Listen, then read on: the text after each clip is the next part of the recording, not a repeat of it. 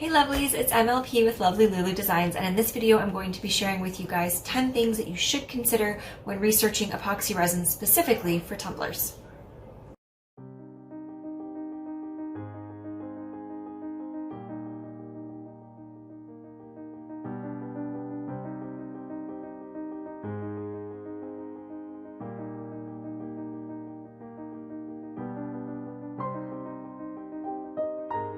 So I deal with epoxy resin tumblers, and that's what this segment is all about. So epoxy resin is obviously a very big part of making these tumblers, and there's so much information that I've decided I wanted to discuss epoxy with you guys, but to keep these videos short, I'm going to be breaking them down into 3 different video segments. So for my first video segment, which is going to be this week, I'm going to be talking about things you should research when you're looking to purchase epoxy or change epoxies.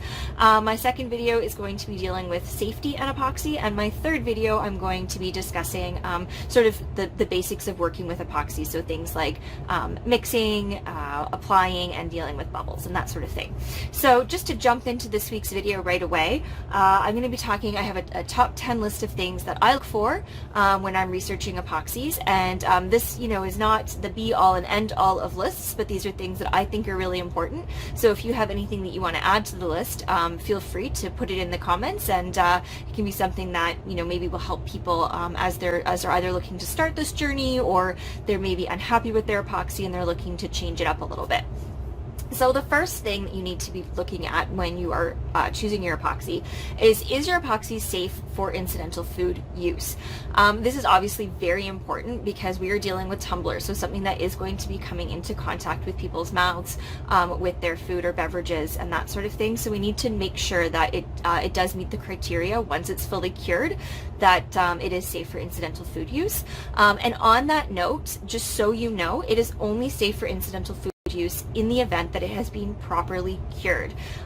So if you have uncured epoxy, even if you've had that uncured epoxy under a layer of properly cured epoxy, it can still seep through, and it won't be food safe. So please don't do that. If you do have epoxy that has not cured properly, either scrape it off, sand it off. If you can't get it all off, you have to restart. Hate to say it, but it's true. Okay, so the next thing is going to be the level of VOCs. So VOCs is your volatile organic compounds. Epoxy is a chemical. You have 2 parts, part A and part B, or the resin and the hardener. And there's a chemical reaction, and as with all chemicals, there is off-gassing and fumes, and that is your level of VOCs. So you're going to want to have something that is low to no VOCs, but I do want to say take it with a grain of salt. When a company says that they have no VOCs, they may very well just be saying that there are no VOCs when they are in their separate parts before you've had a chance to mix them together. Once you mix them together, that's when the chemical reaction happens, and that's when you can start getting those VOCs happening.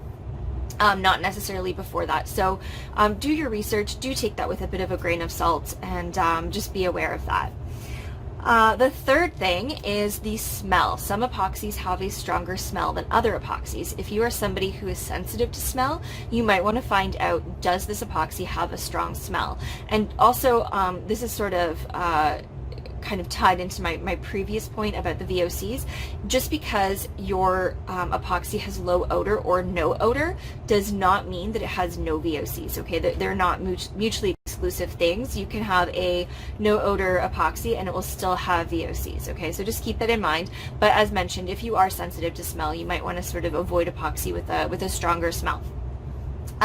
My fourth one that I look at is yellowing. Does this have UV inhibitors? All epoxy does yellow or amber over time, it is true. However, some amber or yellow slower than others. The one that I use is pretty good. I do a lot of white base cups, so that is a very important thing for me because I want to have these cups looking as good for as long as possible, and I do let people know, like, don't just leave them in direct sunlight, that will make them yellow faster. So looking into how long it takes something to yellow is going to be good for you to know too, especially if you are planning on doing a lot of white base cups. My next point number 5, is going to be heat resistance. This is more important for people who are going to be having they're looking to be putting epoxy on maybe something that's not double walled, so you're going to have hotter surfaces where your epoxy is going to be on, or maybe if you're going to be making tumblers that's going to be going to hot climates, or even if you're using them for coasters for you know, hot beverages and that sort of thing, you're going to want to have something that has a higher heat resistance, which basically means it's not going to soften with the heat, or it's not going to deform or discolor with the heat. Okay. My next one is going to be mixing times. All epoxies are different, and epoxies have different mixing times. I am somebody who likes to have shorter mixing times. That's a big deterrent for me if I have to spend 15 minutes mixing my epoxy, because I will sometimes mix up 2 or 3 batches in a close amount of time, because I have a lot of tumblers going, or I'm doing one thing with one tumbler, I want to add an additive here, and I don't want to be spending 15 minutes each time with my mixing. So for me, that is definitely something that is important. My next point, number 7, is going to be working times. Working times for me is really important because I do a lot of design work with epoxy. So basically working time means the amount of time that you can still work with the epoxy before it sets up. So I do like to have a little bit of a longer working time personally, because it enables me to do things like the Milky Ways, or the marble tumblers, or, you know, some of the ink flows and the glitter flows. I have more time to sort of play with that epoxy before it starts to set up. If you're somebody who that's not really a concern for you, then you might want to be looking at something that has shorter working times, because typically shorter working times means also that it's going to be hard to the touch faster than those with the longer working times. So that's going to be important for you to know too.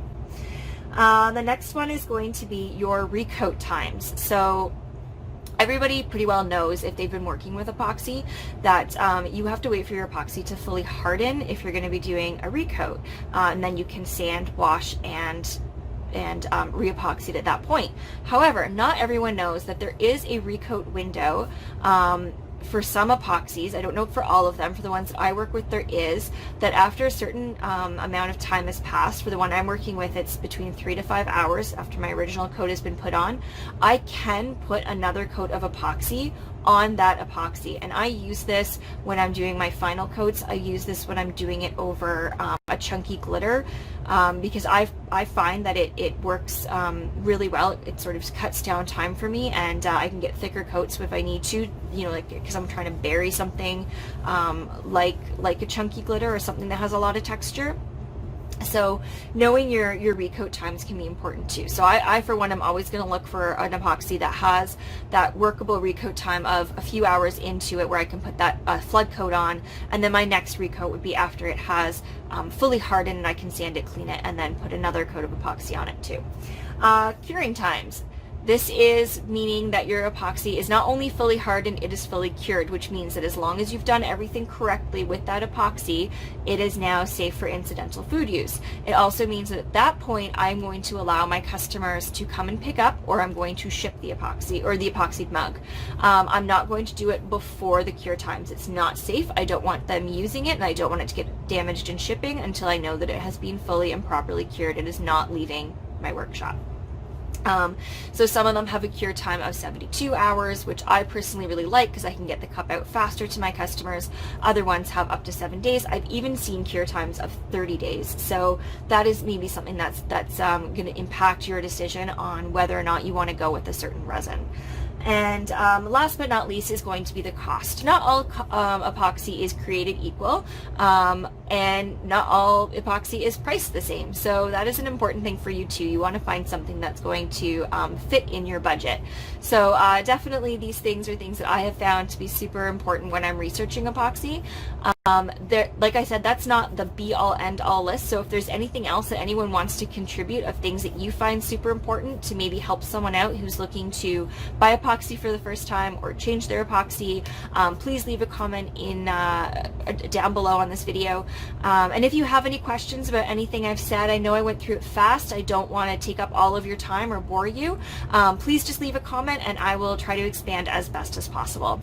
Thank you so much for watching, guys. If you like what you saw, please be sure to leave this video a thumbs up. Also, you can subscribe to my channel by clicking on my logo above, and be sure to tickle that little notification bell so you're notified of any future videos I post. Thank you.